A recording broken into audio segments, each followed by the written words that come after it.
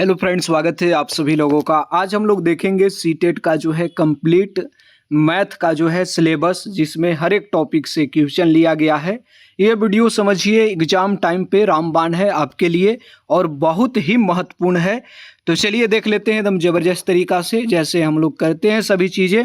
Video को like करके channel को सब्सक्राइब कर लीजिए ताकि चीज़ें एकदम क्लियर हो सके, और जहाँ तक संभव हो आपके पास ग्रुप, दोस्त, यार इत्यादि को शेयर कर दीजिएगा। बात करेंगे यहाँ पर जो है सीटेट पेपर 2 में मैथमेटिक्स में मुख्य रूप से जो है संख्या पद्धति, अंक गणित, बीज गणित, ज्यामिति, क्षेत्रमिति, अनुपात, समानुपात, आंकड़े और संभाव्य तथा गणितीय की शिक्षण पद्धति यानी गणित का जो पैडागोजी वाला सेक्शन है उससे भी यहाँ पर क्वेश्चन हम लिए हैं, ताकि जो है विधिवत रूप से पूरी जो है सिलेबस को एक हम देख सकें जबरदस्त तरीका से। तो चलिए देखते हैं, पहला क्वेश्चन से हम स्टार्ट करेंगे, जिसमें पहला क्वेश्चन संख्या पद्धति से लिया गया है, नंबर सिस्टम और अंक गणित से, ये ध्यान रखना है।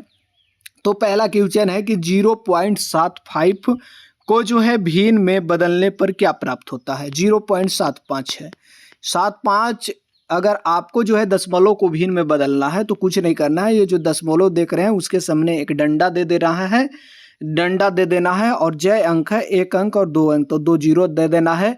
25 तिया 75 और 25 चौका 100 यानी 3/4 ऑप्शन नंबर सी। बस इतनी बात है और कोई दिक्कत नहीं है। अब जो है यहाँ पर वही चीज़ समझाया गया है, कोई दिक्कत नहीं है। अगला है कि 24 और 36 का HCF क्या होगा। HCF का मतलब होता है हाईएस्ट कॉमन फैक्टर। फैक्टर का मतलब क्या चीज़ होता है? फैक्टर का मतलब ये एक बड़ा टुकड़ा, एक छोटा, इससे छोटा, इससे छोटा, ये फैक्टर होते जाता है, ध्यान रखना है। तो ये सब फैक्टर है। और मल्टीपल का मतलब होता है छोटा टुकड़ा उससे बड़ा, उससे बड़ा, उससे बड़ा, उससे बड़ा, तो ये सब मल्टीपल होता है। तो इतना चीज़ हम जान रहे हैं। HCF निकालने का अलग अलग तरीका है, गुणनखंड विधि, तमाम चीज़ें, लेकिन हम साधारण से तरीका को चलेंगे जो छोटन में चलते। 24 को इधर देंगे, 36 को भागा देंगे, 24 से कम 24, 24 के रख देंगे, 24 10 34 और 2 36, 12 हो गया। और ये संख्या को अब यहाँ हम लोग उतारते हैं, 24 है ना, हाँ, ये संख्या को यहाँ उतारे तो 24 को मैं यहाँ उतार देता हूँ। अब 2 बार जाएगा, 24 में 24 खत्म हो गया। अगर कट कुट करके ये जीरो आपका शेष बच जाता है, जीरो शेष बच जाता है, तो HCF ये वाला होगा 12 ही, और अगर शेषफल 1 बचता तो HCF 1 हो जाता। बस इतनी सी बात है। तो यहाँ पर HCF इसका 12 हो जाएगा, हाईएस्ट कॉमन फैक्टर। और एक और तरीका है, सबसे बड़ा अंक आप चेक कीजिए और ये से देख लीजिए ऑप्शन से कि दोनों कट रहा है, तो वही हो जाएगा। सबसे पहले 18 से कटेंगे तो 24 नहीं कटेगा, 36 कट जाएगा। 12 से 12 24 और बढ़ती है 36, दोनों कट रहा है तो 12 HCF। बस अलग अलग तरीका है, कोई बड़का क्वेश्चन है नहीं, ये गुणनखंड विधि से बनाया है।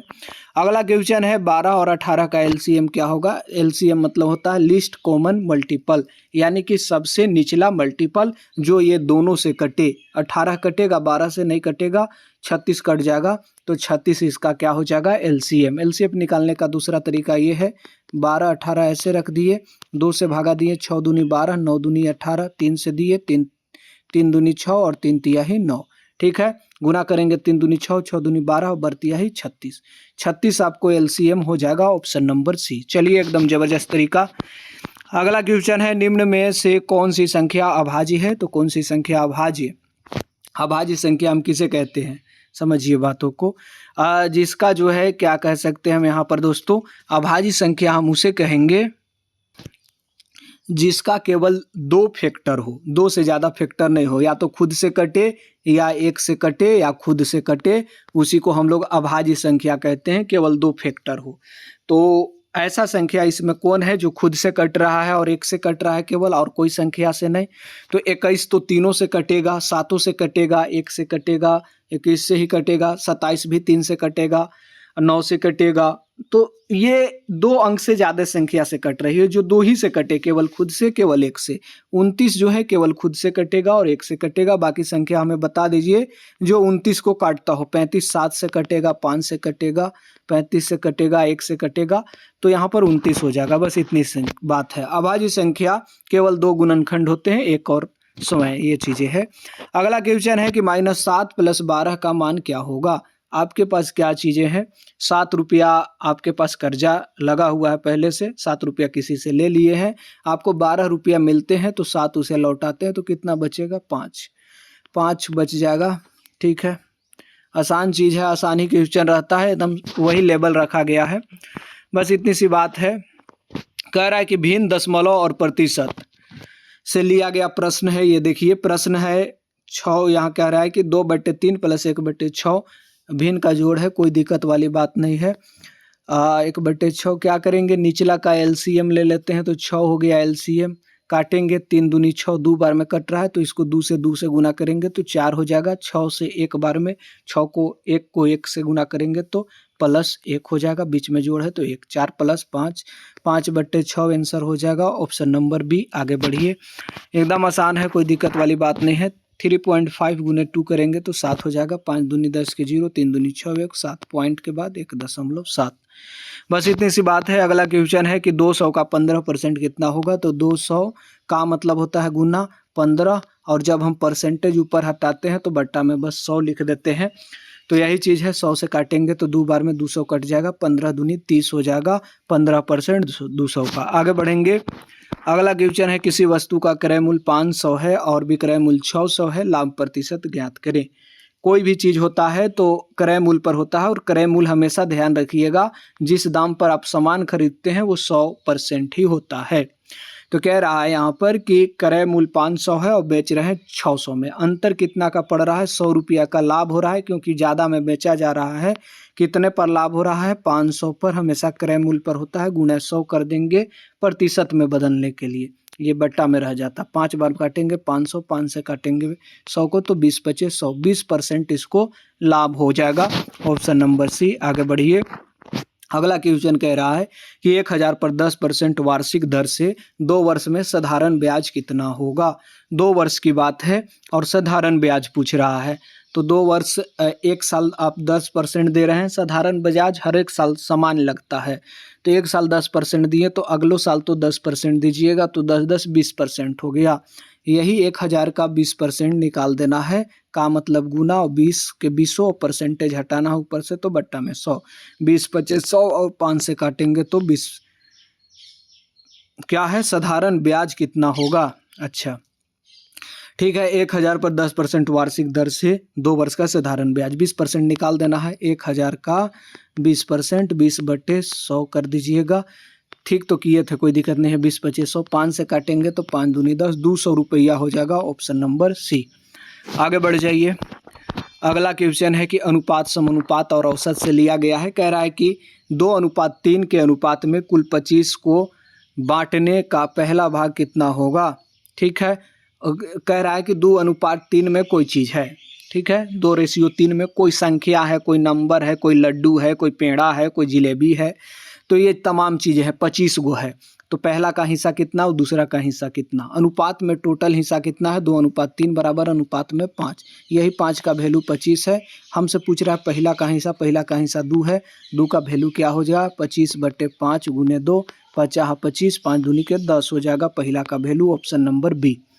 अगला क्वेश्चन है, यदि 3:5 है तो 3:3, अनुपात का मतलब होता है बट्टा, तो 3/5 बराबर x/20, तो x का मान पूछ रहा है, बराबर में रहता है तो तिरछा तिरछी गुना हो जाएगा, क्योंकि सीधा सीधी भागा होता है, बस यही बात है इधर।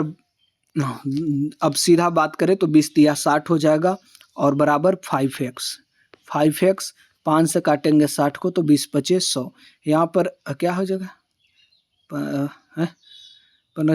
× 25 60 हो जाएगा दोस्तों, तो यहाँ पर 12 आंसर हो जाएगा, बी ऑप्शन। आगे बढ़िए, x का मान, आगे बढ़ते हैं। कह रहा है कि 10 20 30 40 50 का औसत निकालें। ठीक है, संख्या समान अंतर पर है तो एवरेज क्या हो जाएगा, फर्स्ट प्लस लास्ट बटे 2, नहीं तो फिर दूसरा तरीका है, सभी को जोड़ देंगे, 10 और 20 30, 30 60, 60 और 40 100 और 50 150 बटे टोटल संख्या कैगो है, 1 2 3 4 5 बटे 5 कर देंगे तो 30 इसका एवरेज निकल जाएगा, ऑप्शन नंबर सी। बस इतनी सी बात है। बीज गणित अगला क्वेश्चन लिया गया है, x + 7 = 15 है, तो x का मान ज्ञात कीजिए।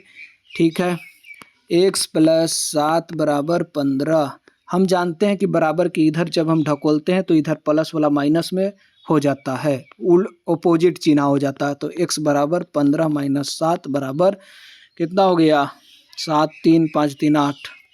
8 आंसर हो जाएगा। ऑप्शन होगा कोई, देख लीजिएगा।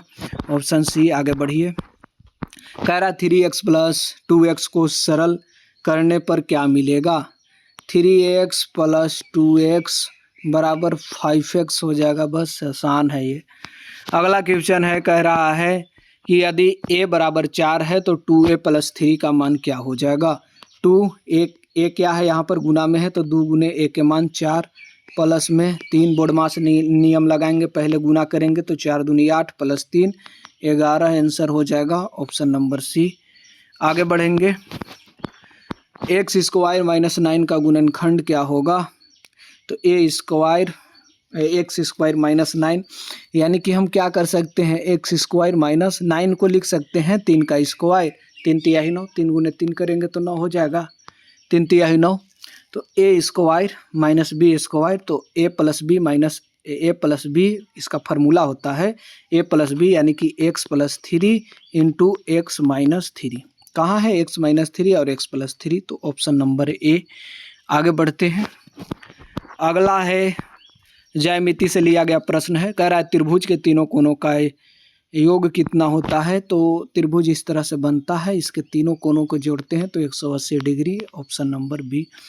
आगे बढ़ते हैं। समकोण का माप क्या होगा? समकोण का माप जो है आपको 90 डिग्री होता है, बस इतनी सी बात है। चतुर्भुज के आंतरिक कोनों का योग कितना होता है? ऐसे चतुर्भुज होता है, इसके आंतरिक कोण यही हो गया 4 गो, यही चारों कोण मिलाकर 360 डिग्री होता है। बस इतना ऑप्शन है सी।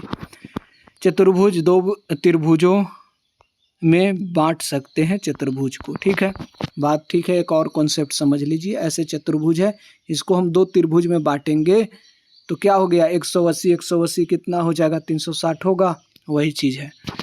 अगला है समबाहु त्रिभुज के प्रत्येक कोनों का माप क्या होगा? क्या कह रहा है, समबाहु त्रिभुज है, सभी भुजा बराबर है। हम जानते हैं त्रिभुज 180 डिग्री होता है और सभी भुजा बराबर है, 3 भुजा भी रहता है इसमें और 3 कोण भी, तो कोण भी बराबर हो जाएगा, 60 डिग्री हो जाएगा, 76 18। अगला क्वेश्चन है, कह रहा है आयत की विपरीत भुजाएं कैसी होती है? तो बराबर होती है। आयत इस तरह से बनता है, इसका क्षेत्रफल होता है लंबाई गुने चौड़ाई, ये भुजा बराबर और ये दोनों बराबर। तो ये चीज़ें हैं। वृत्त के केंद्र पर परिधि तक की दूरी कहलाती है। तो क्या है, वृत्त के केंद्र से परिधि की दूरी त्रिज्या कहलाती है। ऐसे वृत्त बनता है और ये परिधि होता है, ये गोलका लाइनुमा परिधि इसका कहलाता है, इसी को आर त्रिज्या कहते हैं। बस इतनी बात है। क्षेत्रफल से अब क्वेश्चन पूछा गया है, आयत का क्षेत्रफल का सूत्र क्या होता है? तो आयत कुछ इस तरह से रहता है, ठीक बात है। इसमें क्या होता है, लंबाई एक होता है, एक चौड़ाई होता है, तो आयत का क्षेत्रफल लंबाई गुने चौड़ाई होता है, ध्यान रखना है। तो बी ऑप्शन। आगे बढ़ते हैं। जैसे लंबाई आपको 8 दिया है, चौड़ाई 5 दिया है, तो क्षेत्रफल 8 गुने 5 40 सेंटीमीटर स्क्वायर। अब ये आप समझिएगा सेंटीमीटर स्क्वायर क्यों है, क्योंकि 2 बार सेंटीमीटर गुना हुआ है। अगला क्वेश्चन है 10 सेंटीमीटर भुजा वाले वर्ग का क्षेत्रफल ज्ञात करें। वर्ग ऐसा होता है कि सभी भुजा इसमें बराबर होती है, ये चारों भुजा बराबर है, तो क्षेत्रफल क्या होता है, इसीलिए हम लोग भुजा स्क्वायर करते हैं, क्योंकि हम a गुने a करेंगे तो इसी को कह देंगे a स्क्वायर। तो 10 गुने 10 कर देंगे तो 100 centimetre square. Option number C. अगला क्वेश्चन हम बात करें 7 सेंटीमीटर त्रिज्या वाले वृत्त की परिधि कितनी होगी? तो वृत्त की परिधि का फॉर्मूला होता है 2πr। तो 2 गुने त्रिज्या है 7 सेंटीमीटर, पाई का मान होता है दिया गया है 22/7 और त्रिज्या 7 दिया गया है, 7 से 7 काटेंगे तो 22 दूनी 44 आ जाएगा परिधि। जो ये तार की लंबाई है यही वृत्त की परिधि, यही चीज़ है। अगला क्वेश्चन चलते हैं, घन का आयतन किसके बराबर होगा? तो घन क्या होता है, घन में 6 भुजा होता है, ध्यान रखना है, और सभी भुजा बराबर होता है घन में, ध्यान रखना है ये चीज़ को। तो घन में 6 भुजा है और सभी भुजा जब बराबर है तो इसका आयतन पूछ रहा है, तो भुजा क्यू हो जाएगा, क्योंकि 3 भुजा रहता है, लंबाई चौड़ाई और ऊंचाई, तो भुजा क्यू हो गया यहाँ पर। अगला क्वेश्चन कह रहा है आंकड़े एवं संभावनाएं से है, 2 4 6 8 10 का माध्य क्या होगा, ये पूछ रहा है। तो 2 4 6 8 10 का अगर माध्य की हम बात करें तो देख लेते हैं इसे। माध्य मतलब क्या होता है, यहाँ पर वही चीज़ हो गया, मीन होता है, मीन मतलब वही एवरेज वाला मामला है। तो 2 + 4 6 6 12 12 8 20 20 10 30, टोटल संख्या क्या है 1 2 3 4 5, 30/5 यानी 6 इसका माध्य हो जाएगा। ऑप्शन नंबर सी, माध्य वही चीज़ है एवरेज। आगे बढ़ते हैं 3 5 7 9 11 का माध्यिका क्या होता है। माध्यिका मतलब बीच वाला अंक, बीच वाला अंक जैसे 3 हो गया, 5 हो गया, 7 हो गया, 9 हो गया, 11 हो गया, 2 इधर 2 इधर, तो माध्यिका यही 7 हो जाएगा। ऑप्शन बीच वाला अंक। अब आपके दिमाग में आ रहा होगा कि यहाँ तो बीच में निकल गया, लेकिन अगर संख्या में यहाँ पर 8 ले लूँ एक और, तो अब बीच वाला तो कैसे निकालेंगे हम लोग, बीच वाला कैसे निकालेंगे हम लोग, तो बीच वाला इन दोनों को जोड़कर और 2 से भाग दे देते तो बीच वाला निकल जाता। इसी को कहते हैं माध्यिका। बस इतना चीज़ है, व्यवस्थित आंकड़ों के बीच जो है वाला मान माध्यिका होता है। अब कह रहा है 2 3 3 4 5 3 6 का बहुलक ज्ञात करें। बहुलक का मतलब ये होता है जो संख्या सबसे ज़्यादा बार आई उसे हम बहुलक कहते हैं। जैसे कि 2 कै बार आया है, 1 बार, 3 कै बार आया है, 1 2, 3 बार आ गया है 3, 4 एक बार, 5 एक बार, 6 एक बार, तो 3 सबसे ज़्यादा बार आया है तो 3 इसका बहुलक हो जाएगा। बस इतनी सी बात है। अगला क्वेश्चन है, एक सिक्का उछालने पर चीट और पट आने की प्रायिकता कितनी है। तो प्रायिकता कितनी हो जाएगी, 1/2 हो जाएगी, क्योंकि 2 चीज़ है नीचे, जो 2 चीज़ है इसलिए 2 नीचे लिख दिए, एक चीत और एक पत, और यहाँ कह रहा है कि 1 चीत आने की प्रायिकता 1 हो जाएगा, तो 1/2 हो गया। आगे बढ़ते हैं।